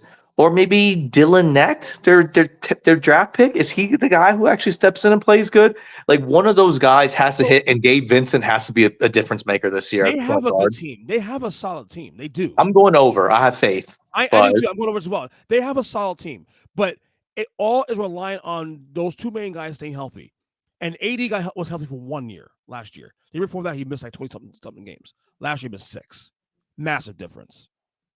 You know what I'm saying? But did he miss any playoff games? Who was the reason why they were even getting anywhere in the playoffs 2 years ago? AD. We'll find in a second. Is he a top 10 player in the league? We will find out very second. More on that later. But we can tease that another podcast. This was the next episode for record. But no, their team, assuming they're healthy, it's a solid team. It's a very solid team. So they're at least a mid-40s win team. So give me the over. They'll win 46 games this year again. Are they healthy in the playoffs? We shall see about that. That's the big issue. But I'm betting the under. Then you blow it up at that point. If they don't win 43+ games, then AD is not healthy. Then if that happens, Zach, your scenario, that means AD missed 30 games this year. If AD misses 30 games this year, Lakers don't even win 30 games. All right, without AD on the court, they have no fucking chance. I can see the argument in that. Yeah, absolutely. They're like the Washington Wizards without AD. I hate to break it to you. Okay. No, I don't disagree with you at all. All right. Those are the teams here. Before we get going, let's get to the predictions here. What is your East Finals, Zach? My East Finals is the Orlando Magic. Oh my God, he's buying in. It took only 14 years of this podcast to buy into his team finally. To visit the reigning, defending NBA champions who have been to every freaking conference finals this decade and half the last. The Celtics? So, Magic Celtics? Boston versus Orlando in the conference finals. Hold that thought. Kris, your East Finals. Boston Knicks. Okay. I also have Boston Knicks as well, too. Yeah. Your West Finals, Zachary. My Western Finals, I'm going to go Denver versus Phoenix. Wow. Katie's last shot. Okay. Kris, your West Finals. I'm gonna go Thunder Suns. You Suns also too. Ooh. Interesting. I'm gonna go Thunder Mavericks in the finals. All right, your NBA finals will be who, Zach? Boston Celtics. I'm not that fucking big on. I know. Boston and who? It's gonna be in Boston, Denver. Who it should have been this past season. Right, of course. All right, Kris, your NBA finals matchup. I'm gonna go Celtics Thunder. Okay, interesting. Okay, I am going to go Knicks Mavericks. I think Boston gets caught this year. No luck this time. All right, your NBA champion, Zachary. I think they're gonna go back to back. Go Boston. Okay, Kris. I feel like KP stays healthy at the end of the year. You can't beat a full strength Boston. No one's beating full strength Boston. My NBA champion is going to be the Dallas Mavericks. This is the year of Luka. It smells like a Luka year this Have year. you looked at his MVP odds? Not yet. I should look it up real quick. And I should do. Speaking of MVP, my MVP this year is Luka this year for the record. So Luka MVP. Here. Zach, Luka, you two also, Zach, and Kris. Yeah. What about you, Kris? MVP. I'm gonna go SGA. So Luka right now, Luka's plus 350 right now for MVP. He's the favorite. And SGA, what's his? Because I mean that's gonna be he's number 2. So your top 5 MVP right now: Luka 350, SGA plus 400, Jokic plus 400, Giannis plus 750. I'll tell you what, Ed Edwards plus 1100, not bad value. I think Giannis at 700 is great value. Yeah, 750. If Milwaukee makes that run, it's because of him. So I just don't see the team success. The team success is too important these days. That's why I'm going SGA. I think they'll be the number 1 seed in the West. What about Tatum plus 1500? I'd be on it, but I feel like Brunson gets a better payout. Plus 16. New York. He's plus 1600. Yeah, I would. If I wasn't gonna bet Jokic or say Luka, who I think is gonna get it because of prices, I would go with Brunson.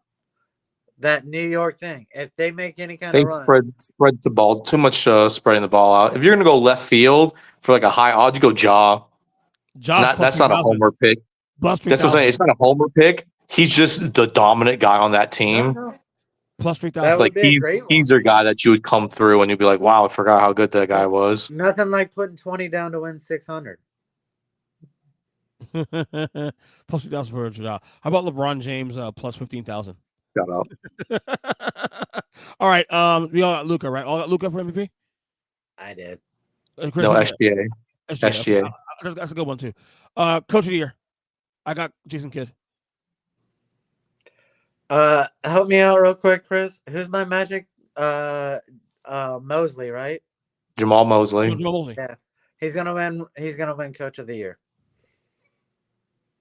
All right, and finally, Rookie of the Year. I'm gonna go with that kid you said from Houston, Reed Shepherd. I have zero clue. Zero. This was a horrible draft class. Well, Zach Edey's a favorite right now to win it. Yeah, that's really? who I would bet on. Yeah. I would bet on Zach Edey. I thought Shepherd, based on his summer league. He's number 2 right now on the odds. Yeah, no, Reed Shepherd's definitely going to win in a landslide. Give me Zach Edey then. Let me check Hard Rock's. I don't think I have it here. Yeah, Reed Shepherd was dominating. He's been dominating preseason too. That kid looks incredible. So you got Reed Shepherd. You go Zach Edey. Yep. Zach. All right. Cool. All right. That's your. There's your NBA season preview here with Zach and Kris, fellas. Thanks so much as always. Great job. And next episode. All right.